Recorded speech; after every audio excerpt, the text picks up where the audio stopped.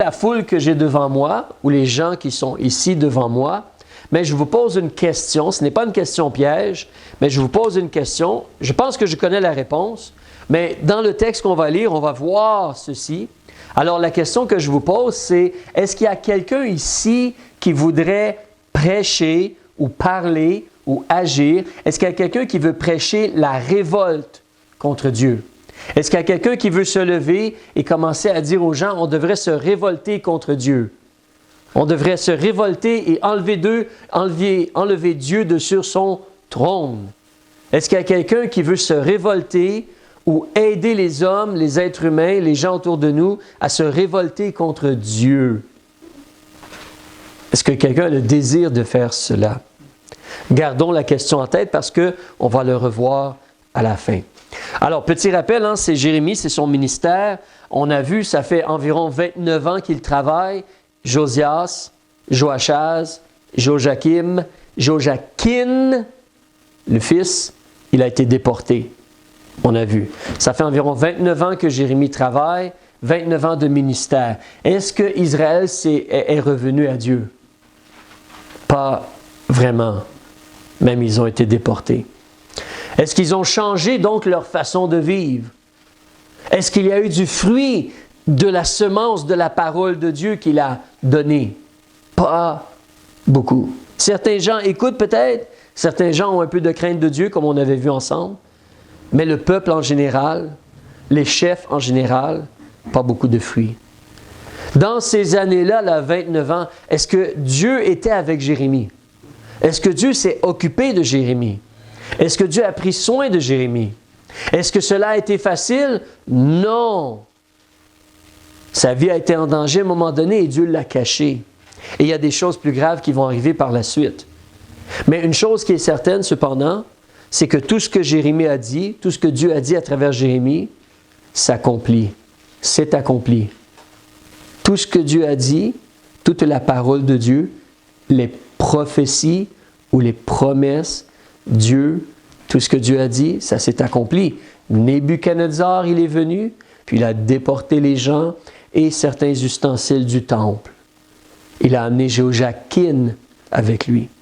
Donc, chapitre 29, verset 1, on va lire 1, 2, 3. Verset 1, 2, 3. « Voici la teneur de la lettre que Jérémie le prophète a envoyée de Jérusalem au reste des anciens en captivité, aux sacrificateurs, aux prophètes et à tout le peuple que Nebuchadnezzar avait transporté de Jérusalem à Babylone. Après que le roi Jéconias, avec la reine, les eunuques, les chefs de Juda et de Jérusalem, les charpentiers et les serruriers furent sortis de Jérusalem. Elle fut portée, cette lettre-là, par Éliasa, fils de Shaphan, et Guémaria, fils de Hilkija, que M. Sédécias, le nouveau roi, a envoyé à Babylone. Donc, comme il envoyait ses serviteurs à Babylone, ses représentants, ses ambassadeurs, Jérémie avait une lettre aussi, amène cela avec toi. Alors, ils allaient vers Nebuchadnezzar, roi de Babylone. Donc, ici, tu vois que, en réalité, d'après le verset 2, comme on a dit, le roi Jéconias, il a été déporté. La reine a été déportée. Les eunuques, ceux qui servent le roi, donc de proche, là, ils ont été déportés. Les chefs de Juda et de Jérusalem ont été déportés. Les charpentiers, donc ceux qui construisent des choses. Si on ne construit pas, qu'est-ce qu'on va avoir? On ne va pas faire des maisons en papier. Alors, si on n'a pas de charpentiers, on va avoir beaucoup de difficultés à s'équiper, s'organiser, construire, fortifier, etc. Mais les charpentiers ont été pris et les serruriers aussi ont été pris. Donc, ceux qui peuvent barrer, barricader et toutes ces choses-là, ces gens-là ont été pris et amenés. Considérez justement si ici au Canada, on prend le premier ministre et tous les gens qui servent le premier ministre, le cabinet du premier ministre. On prend tous ces gens-là puis on les envoie, on prend un pays peut-être entre parenthèses ennemi, on les envoie en Corée du Nord. Ils sont devenus esclaves ou quoi que ce soit. On les envoie donc en Corée du Nord. On envoie aussi tous les chefs, tous les gens haut placés qui dirigent dans le pays, on les envoie là-bas. On envoie aussi tous ceux qui peuvent construire. Et tous les gens qui sont serruriers. Et peut-être nous, aujourd'hui, on pourrait considérer même une chose qui est particulière, c'est qu'avec l'informatique, il y a des gens qui contrôlent toute l'informatique bancaire. Si ces gens-là sont enlevés du pays, qu'est-ce qu'on va faire? Alors, imagine la condition d'Israël. Israël est vraiment affaibli. Et c'est voulu. On enlève ces gens-là pour affaiblir un pays, pour ne pas qu'ils se révoltent. Tu peux voir au verset 1, il y a aussi donc, Jérémie a envoyé au reste des anciens, donc les anciens, les dirigeants, les gens expérimentés qui dirigent, on les a enlevés du pays. On a enlevé aussi les sacrificateurs. Pas tous, mais on a enlevé des sacrificateurs, les gens qui dirigent ou qui enseignent spirituellement. On a même aussi amené comme, justement, déporté les prophètes. Peut-être les faux prophètes, c'est bien qu'on se débarrasse d'eux, mais aussi les prophètes. Hein. Quelqu'un pourrait argumenter, dire, oui, on a déporté Ézéchiel et Ézéchiel est devenu prophète. Je pense plutôt ici, il parle des faux prophètes, mais les prophètes et du peuple. Toujours au verset 1, du peuple. Ces gens-là ont été transportés à Babylone. Ils sont là-bas. Ils sont là avec le roi. Puis, en réalité, il faut bien considérer, ces gens-là sont captifs. Ils sont captifs, d'après le verset 1, au reste des anciens en captivité. Donc, ils ne sont pas nécessairement libres de faire tout ce qu'ils veulent. C'est de la captivité. Mais encore là, imagine si on enlève tous ces gens-là du Canada, comment le Canada va faire pour fonctionner? Cela va être difficile. Perdre tous ces gens-là qui ont cette connaissance, cette capacité, qui gèrent, et ainsi de suite, ils ne sont plus là. Comment on va faire les choses? Donc, c'est la situation pour le pays. Alors, Jérémie, Dieu le dirige, il va envoyer une lettre. Et il envoie cette lettre-là par deux messieurs qui sont comme des serviteurs du roi Shaphan, et le Haza, au verset 3, et Guémaria, au verset 3. Il envoie cette lettre-là. Qu'est-ce que la lettre dit? On continue au verset 4. On va la couper en petites sections. Verset 4. Ainsi a dit l'Éternel des armées, le Dieu d'Israël, à tous les captifs que j'ai transportés de Jérusalem à Babylone. Tu vois, l'une des premières choses que le peuple doit réaliser, c'est pourquoi ils sont à Babylone. C'est Dieu qui a voulu cela, dans le sens que c'est Dieu qui a fait cela, dans le sens que ils récoltent parce qu'ils ont été rebelles et désobéissants à Dieu. Mais ce n'est pas un hasard. Ce n'est pas que Nebuchadnezzar était plus fort ou que Nebuchadnezzar a pensé à cela. C'est vraiment un jugement directement de la part de Dieu. Si vous êtes là-bas, c'est parce que moi, je vous ai transporté là-bas. Parce que Dieu est celui qui règne. Et ils sont son peuple. Et il les a avertis depuis 29 ans à travers Jérémie. Et d'autres prophètes aussi avant cela. Mais ils sont là-bas parce que Dieu a agi. Et qu'est-ce que Dieu leur dit au verset 5? Au verset 5, Dieu leur dit, « Bâtissez des maisons et les habitez. Plantez des jardins et mangez-en les fruits. » Les gens ne vont pas aller chez IGA ou chez Maxi pour acheter de la nourriture. Hein? On plante et on récolte. On vit de l'agriculture en grande partie. Donc, organisez-vous. Ensuite, même, prenez des femmes et ayez des fils et des filles. Et prenez des femmes pour vos fils et donnez des maris à vos filles. Enfantez, reproduisez-vous. Donc, deux genres de fruits. Sème pour récolter, pour manger, mais travaille pour reproduire, que les familles s'agrandissent, qu'on ait du fruit comme cela, qu'on augmente en quantité, qu'on multiplie en quantité. Donc, agissez pour cela, ne diminuez pas. Alors, on va voir tantôt, Dieu leur dit cela pour une raison, mais agissez pour semer et récolter et avoir du fruit et agrandir et rester en vie et même techniquement vous épanouir, même si vous êtes captif. Ensuite, il leur dit au verset 7, « La nouvelle ville, ce n'est plus Jérusalem, c'est maintenant Babylone. Mais tu dois chercher la paix de la ville où tu es, où je vous ai transporté. » Imagine cela pour un Juif. Maintenant, tu pries pour Babylone. Ah, c'est l'ennemi. Pas Babylone. Mais oui, tu pries pour Babylone. Parce que Dans sa paix, tu vas avoir la paix. Donc, prie pour la ville où Dieu t'a placé.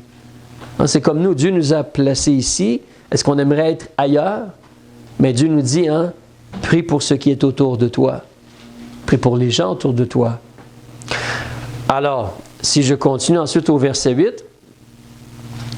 « Car ainsi a dit l'Éternel des armées, le Dieu d'Israël, que vos prophètes qui sont parmi vous et vos devins ne vous séduisent point. » Tu te rappelles, Jérémie combattait des faux prophètes.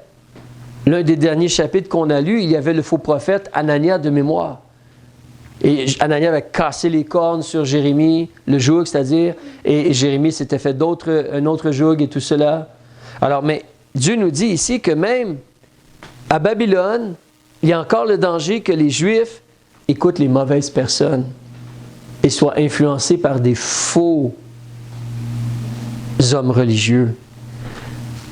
Que vos prophètes qui sont parmi vous et vos devins ne vous séduisent point. Et ne croyez pas aux songes que vous songez. Même toi, avec ton cœur, tu peux te mélanger, te tromper ou t'induire en erreur. Attention! Quelle est la seule chose qui est 100% fiable et garantie? Quelle est la seule chose qui est toujours 100% vraie? L'amour de Dieu. La parole. Oui, la parole qui nous parle de l'amour de Dieu. Mais Dieu est 100% vrai et sa parole est toujours 100% vraie. Sa parole est toujours 100% vraie. Alors, faites attention aux autres hommes, faites attention aux devins, aux séducteurs, aux faux prophètes, faites attention même à votre propre cœur, de ne pas vous laisser vous monter votre propre bateau ou quoi que ce soit. Il leur dit au verset 9, ces gens-là prophétisent faussement. Je ne les ai point envoyés, dit l'Éternel. Pourquoi Dieu permet qu'ils soient là? La réalité, c'est que notre foi doit être testée et éprouvée. Notre foi doit être testée et éprouvée. Tu peux aller lire dans Deutéronome, je l'ai lu il y a peu de temps. Dieu dit, il va y avoir des faux prophètes parmi vous. Dieu te met à l'épreuve. Vas-tu croire ses paroles? Vas-tu suivre ses paroles? Il t'a donné un livre, il t'a dit comment vivre. Quelqu'un qui te parle contraire au livre, tu ne l'écoutes pas. Tu l'aimes, tu veux son bien, ou dans ce cas-là, si c'est un faux prophète, même tu peux le lapider en Israël. Pas aujourd'hui. On ne lapide pas les faux prophètes aujourd'hui, mais en Israël, c'était un peu différent. Mais notre foi, elle est testée ou éprouvée. On doit suivre ce qui est écrit dans le livre. On doit suivre ce que Dieu nous a enseigné. Alors, on continue au verset 10. Pourquoi Dieu leur disait justement de bâtir, de semer, de faire des familles, de se reproduire? Parce qu'ils vont rester là 70 ans. 70 ans. Nous l'avons déjà vu un peu ensemble, mais verset 10. Ainsi a dit l'Éternel, dès que 70 ans seront accomplis pour Babylone, moi je vais vous visiter. Et je vais accomplir ma bonne parole à votre égard pour vous faire retourner en ce lieu. Ça, c'est important de voir cela. Ils sont captifs. Dieu les a amenés captifs là. Est-ce que c'était ce que Dieu voulait pour eux qu'ils soient captifs? Non. Eux-mêmes sont esclaves du péché. Ils sont rebelles. Et ils adorent les dieux de pierre et les faux dieux, les idoles. Dieu veut la vie pour eux. Il veut l'abondance pour eux. Il veut l'épanouissement. Il veut qu'ils connaissent Dieu et son amour. Alors Dieu leur dit, vous allez être ici, vous allez être là 70 ans, et après cela, moi je vais vous visiter et moi je vais vous ramener ici. Je vais vous ramener ici.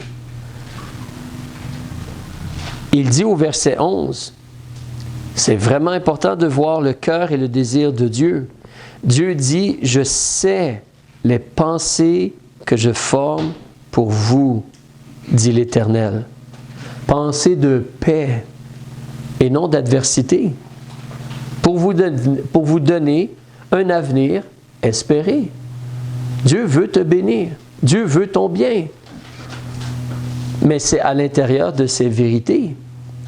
Ce n'est pas dans la désobéissance et le dérèglement. On a un exemple très connu, Adam et Ève. Dieu leur a dit, mangez de tout ce qu'il y a dans le jardin. Et ils étaient tout seuls en plus. Et réjouissez-vous, vivez. Même ils avaient l'arbre de vie qu'ils pouvaient prendre et manger pour vivre comme éternellement. Leur foi a été testée, mais Dieu voulait le meilleur pour eux. Et qu'est-ce qu'ils ont fait? Qu'est-ce qu'ils ont choisi? Mais Dieu ne veut que bénir l'être humain. Dieu ne veut que faire du bien à l'être humain. Mais connaître Dieu et adorer Dieu, ça vient du cœur. Nous ne sommes pas des robots. Nous choisissons d'aimer Dieu. Nous choisissons de servir Dieu. Vous savez, comme exemple, on parlait l'autre jour, Rebecca. Qui a forcé Rebecca à aller pour marier Isaac? Personne, n'est-ce pas?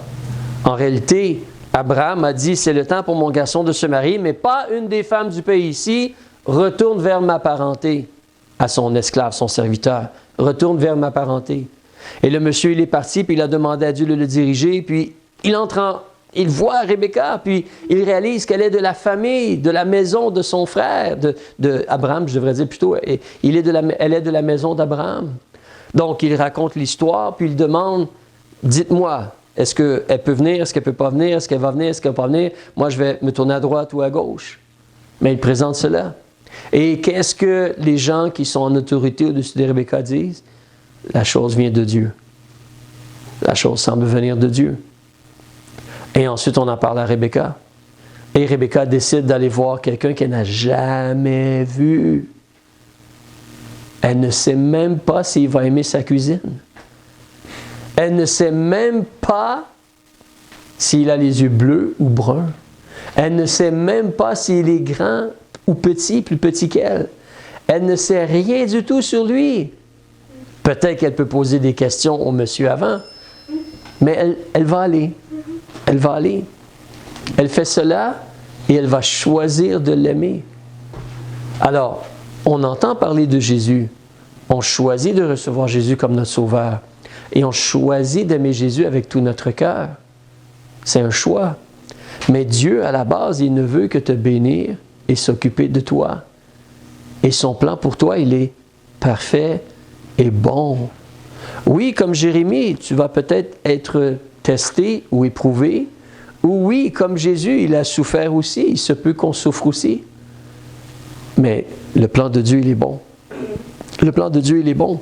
Évidemment, pour nous, la fin, ce n'est pas un pays sur la terre. La fin, c'est la maison de Dieu. Amen. Pour l'éternité.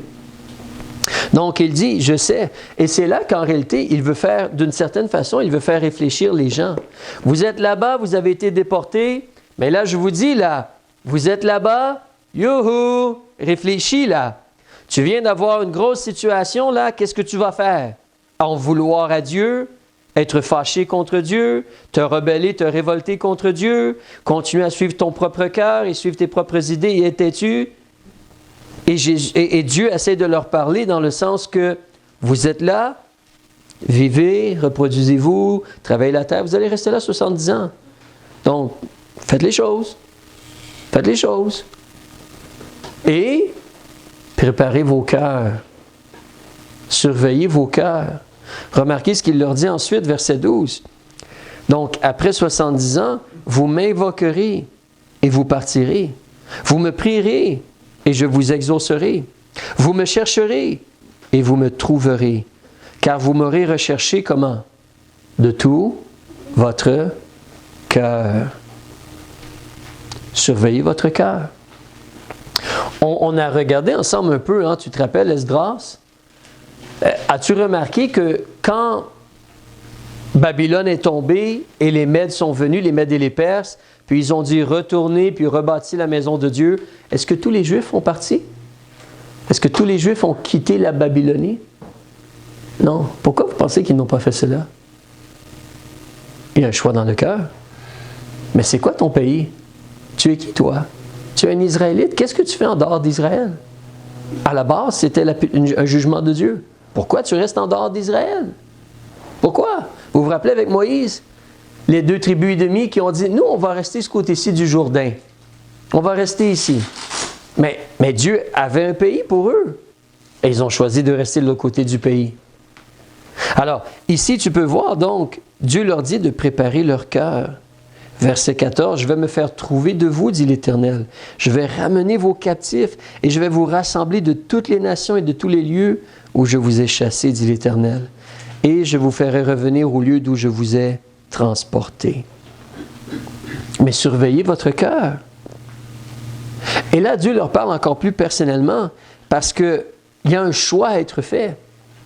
Et il y a même un danger pour les gens qui sont encore en Israël, qui sont demeurés là. Ils sont affaiblis, mais ils sont toujours là. Alors, verset 15, justement, Dieu leur dit, « Cependant, Dieu sait que l'homme réfléchit puis il pense. » Vous vous rappelez ce que Dieu a dit à Caïn? « Où est ton frère? Où est ton frère, Caïn? » Est-ce que Dieu savait où Abel était? « Mais où est ton frère, Caïn? » Et Caïn, de façon un peu innocente, « Est-ce que moi je suis le gardien de mon frère? » Alors, mais Dieu leur dit, « Cependant, si vous dites, l'Éternel nous a suscité des prophètes à Babylone, c'est correct, Jérémie, laisse-nous, on a des hommes qui vont nous diriger spirituellement ici. » Non, à cause de cela, l'Éternel a dit, « Ainsi touchant le roi qui est assis sur le trône de David, Sédécias, et touchant tout le peuple qui habite dans cette ville, et touchant vos frères qui ne sont point allés avec vous en captivité. » L'Éternel des armées a dit ainsi, Dieu envoie contre eux l'épée, la famine, la peste. Est-ce que tu te rappelles, on avait lu au chapitre 24, quand Dieu dit qu'il voit comme deux genres de figues. Les bonnes figues, c'est ceux qui a amenés justement à Babylone. Les mauvaises figues, c'est ceux qui restent. Et Dieu était pour les juger. Tu peux relire le chapitre 24 de mémoire. Je vais juste aller voir pour être sûr que c'est bien 24. Mais je pense que c'est bien 24. Oui, c'est ça. Alors, mais il fait référence un peu à cela ici au verset 17. Dieu va les faire devenir comme ces figues horribles. Au verset 18, je vais les poursuivre par l'épée, la famine et la peste. Je vais les livrer pour être agités par tous les royaumes de la terre et pour être en malédiction, en étonnement, en moquerie et en opprobre à toutes les nations où je les aurais chassés. Dieu ne va pas les ramener, là, ces gens-là, parce qu'ils n'ont pas écouté mes paroles, dit l'Éternel, lorsque je leur ai envoyé mes serviteurs, les prophètes, que j'ai envoyés dès le matin. Mais vous n'écoutiez pas, dit l'Éternel. Mais écoutez la parole de l'Éternel, vous, tous les captifs que j'ai envoyés de Jérusalem à Babylone. C'est un peu comme si Dieu leur donne une autre occasion.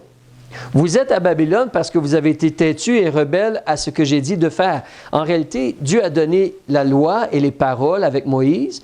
Et tout ce que Jérémie fait, il dit aux gens, suivez l'alliance, suivez les paroles de Moïse, suivez l'alliance qu'on a faite avec Dieu.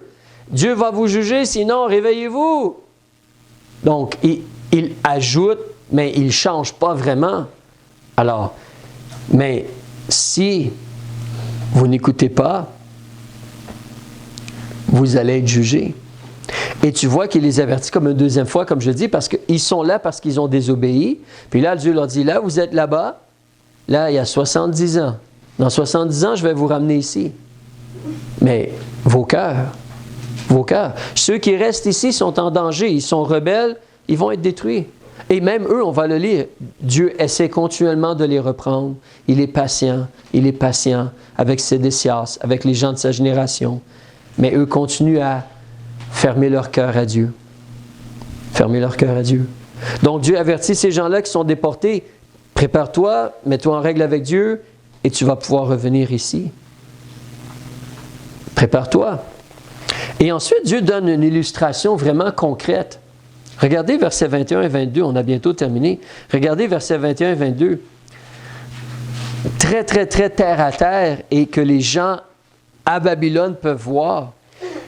Ainsi a dit l'Éternel des armées, le Dieu d'Israël, sur Achab, fils de Kolaja, et sur Sédécias, fils de Masséja, qui vous prophétisent faussement en mon nom. Vous savez, les deux prophètes que tout le monde connaît, là, qui passent à TVA tous les jours, vous les connaissez, on les connaît tous, ces faux prophètes-là. Mais voici, je les livre aux mains de Nebuchadnezzar, roi de Babylone, et il les fera mourir sous vos yeux. Et on va même prendre d'eux une formule de malédiction. À l'avenir, on va dire, parmi ceux qui sont captifs, on va dire que Dieu te traite comme Sédécias et Achab, que le roi de Babylone a fait brûler vif. Alors, le roi de Babylone les a pris, les a jugés et les a mis en feu. Et ils sont morts en brûlant. Il les a fait brûler vivants. Il a fait cela. C'était des faux prophètes. Et Dieu dit, ça, c'est un jugement, c'est un avertissement. Regarde ce qui arrive si tu veux être rebelle et te révolter. Regarde, voici un autre exemple concret sous vos yeux. Voulez-vous cela? Il leur donne un exemple très concret. Ces deux hommes-là se promenaient puis disaient des choses. Mais en réalité aussi, c'était des gens très méchants. Vous avez remarqué, ou vous allez remarquer, hein, les faux, on les connaît, comme Jésus a dit, par leurs fruits. Par leurs fruits. Et verset 23, on te dit concernant ces deux hommes-là, ils ont fait des infamies en Israël. Ils ont commis adultère avec les femmes de leurs prochains et qu'ils ont dit en mon nom des paroles fausses que je ne leur avais point commandées. C'est moi-même qui le sais, et c'est moi qui en ai le témoin, dit l'Éternel. Donc, voyez-vous, ce n'est pas seulement des faux enseignants, c'est des gens qui sont dans la perversité, comme l'adultère et ces choses-là, la fornication, dans la perversité. La dernière chose qui se passe dans le chapitre, on va le lire un peu rapidement pour ne pas prendre tout votre temps, mais tu vois comment Dieu, il a énormément d'amour pour son peuple et énormément de patience. Et il ne veut que les bénir. Il dit clairement, mes pensées, c'est pour votre bien, mais il essaie de les brasser un peu, de les faire réfléchir un peu sur « Hey, arrête de suivre ton cœur, arrête d'écouter les autres gens. C'est les paroles de Dieu. Suis les paroles de Dieu, les enseignements. Sois fidèle à ton Dieu, Israël. » Donc, Dieu parle ensuite concernant un autre homme, verset 24. C'est là qu'on va arriver à la révolte. Mais verset 24 parle aussi à M. Shemaja. Et dit-lui, verset 25, « Ainsi a dit l'Éternel des armées, parce que tu as envoyé en ton nom des lettres à tout le peuple qui est à Jérusalem. » Donc, n'oubliez pas, Jérémie, il utilise deux hommes, il envoie une lettre par deux ambassadeurs pour les gens qui sont captifs. Les gens ont lu la lettre. Il semblerait que quand la lettre a été lue, de là-bas, quelqu'un a envoyé une lettre pour contrebalancer ce que Jérémie avait dit, ou pour argumenter concernant Jérémie, pour proposer autre chose au peuple. Donc, parce que tu as envoyé en ton nom des lettres à tout le peuple qui est à Jérusalem, il est donc captif chez Maja, tu as envoyé cela à Sophonie, un sacrificateur, peut-être le souverain sacrificateur. Verset 26, tu as dit, l'Éternel t'a établi sacrificateur, monsieur Sophonie, à la place de Jéhojada, le sacrificateur, afin qu'il y ait dans la maison de l'Éternel, dans le temple, des inspecteurs, pas pour surveiller le bâtiment, mais pour surveiller tout homme qui fait l'inspirer. Tout homme qui dit « j'ai une inspiration de Dieu » et le prophète, pour le mettre en prison et dans les fers. Alors, le monsieur Shemaja, peut-être lui-même était un chef ou peut-être un sacrificateur, mais il envoie une lettre, il a reçu la lettre de Jérémie, où elle a été lue, il la connaît. Il envoie une lettre donc au sacrificateur, un des souverains sacrificateurs ou le souverain sacrificateur, pour lui dire « Hey, toi là, tu es supposé de gérer les choses dans la maison de Dieu. Et si quelqu'un se dit prophète, tu es supposé de l'arrêter et le mettre en prison et dans les fers. » Verset 27. Alors, maintenant, pourquoi n'as-tu pas réprimé Jérémie d'Anatote qui vous prophétise? Qu'est-ce qu'il a fait, Jérémie? Verset 28. C'est pour cela que lui, il a envoyé, Jérémie a envoyé vers nous à Babylone pour nous dire, ça va être long. Oui, on l'a lu, 70 ans. Bâtissez des maisons, habitez-les, plantez des jardins, mangez-en les fruits, etc. Alors, la lettre a été lue. Et Shemaja a lu ça. Mais c'est qui ce Jérémie-là qui nous dit que ça va être long à Babylone? Non, on n'accepte pas la parole de Dieu. On n'est pas d'accord avec la parole de Dieu. Alors Shemaja retourne une lettre et c'est pour un des chefs sacrificateurs qui est dans le temple. Puis elle lui dit, « Hey, toi là, tu es dans le temple, là, Jérémie qui se dit prophète, tu devrais le mettre en prison. Toi, tu dois surveiller ceux qui se disent prophètes. Tu es un inspecteur, mets-le en prison, ce gars-là. Regarde ce qu'il nous a envoyé comme message. Tu aurais dû le mettre en prison. » Et Sophonie, il a reçu la lettre, puis il l'a lue devant Jérémie. Imagine cela. Hein, quelqu'un qui lit une lettre au sujet de toi. Alors, Hans Uli devrait être jeté en prison parce qu'il veut servir le Seigneur. Et il fait cela publiquement. Hein? Donc, alors, verset 29. Sophonie, le sacrificateur, avait lu cette lettre en présence de Jérémie. Et qu'est-ce que Jérémie a fait? En réalité, c'est Dieu qui est intervenu. Dieu a parlé au verset 31 à travers Jérémie. Verset 31, mande ceci, ça veut dire fais savoir. Fais savoir ceci à tous ceux qui ont été transportés. Ainsi a dit l'Éternel. Vous, là-bas, qui avez été transportés, là, Shemaja, qui a envoyé une lettre et qui se plaint de Jérémie. Shemaja, parce que Shemaja vous a prophétisé, quoique je ne l'ai point envoyé, et qui vous a fait mettre votre confiance dans le mensonge. À cause de cela, ainsi a dit l'Éternel, je vais punir Shemaja, et sa postérité en plus. Et il n'y aura personne de sa race qui va revenir parmi le peuple, qui va habiter parmi ce peuple. Personne. Ça finit avec lui, ses descendants. Ils ne vont pas revenir en Israël. Ils ne font comme pas partie du peuple de Dieu. Incroyable, hein? C'est un jugement générationnel. Il n'y a personne de sa race qui va habiter parmi ce peuple. Et il ne verra pas le bien que je vais faire à mon peuple, dit l'Éternel. Pourquoi? Regardez la dernière phrase, c'était la question que je vous posais. Parce que Shemaja a prêché la révolte contre Dieu. Shemaja a dit, non, Dieu a dit quelque chose, Dieu nous a dit qu'on est à Babylone pour cela, puis c'est à cause de notre désobéissance et nos péchés, et là Dieu nous dit, préparez vos cœurs, et vous allez rester là, mais faites attention, mettez-vous en règle avec moi, préparez vos cœurs. Dans 70 ans, je vais venir vers vous, pour vous ramener dans le pays. Mais Shemaja a dit, non, je ne suis pas d'accord avec cela. Donc, comme les gens ont dit à Moïse, vous vous rappelez? Non, Moïse, ce n'est pas notre chef. On va établir un autre chef, puis on va retourner en Égypte. Ça, c'est vraiment intelligent ou smart, comme on dit au Québec. Hein? Ça, c'est vraiment smart. On va se débarrasser de Moïse, puis on va retourner en Égypte. Ah, ça, c'est vraiment un bon choix. Votre vie était en danger en Égypte, vous étiez des esclaves, mais non, on va retourner en Égypte, nous, parce qu'on ne va pas accepter ce que Dieu dit. C'est triste, n'est-ce pas? Alors, c'est pour ça que je vous posais la question tantôt. Est-ce que nous, on veut prêcher la révolte? Qui vraiment voudrait se lever puis dire, moi, je veux prêcher la révolte contre Dieu? Mais c'est important pour nous de considérer, là, sérieusement, il y a notre cœur. Dieu peut voir notre cœur. On a prêché dernièrement à l'Église l'humilité, l'abaissement devant Dieu. On a parlé ce dimanche, si tu veux avoir la victoire quand tu es éprouvé, qu'est-ce que tu dois faire? Te soumettre à Dieu. Soumettez-vous à Dieu. Résistez au diable. Il s'éloignera loin de vous. Dieu résiste aux orgueilleux, mais il fait grâce aux humbles. Alors notre cœur, des fois, on va faire certaines choses, mais dans le fond de notre cœur, on ne veut pas vraiment obéir à Dieu. On ne veut pas vraiment faire le bien. Nos actions et nos paroles sont là aussi et démontrent. Mais un cœur qui, dans mon cœur, je veux me révolter contre Dieu. Peut-être pas entièrement, mais je ne suis pas vraiment d'accord avec certaines choses que Dieu demande ou dit. Qui vraiment voudrait aller contre les paroles de Dieu?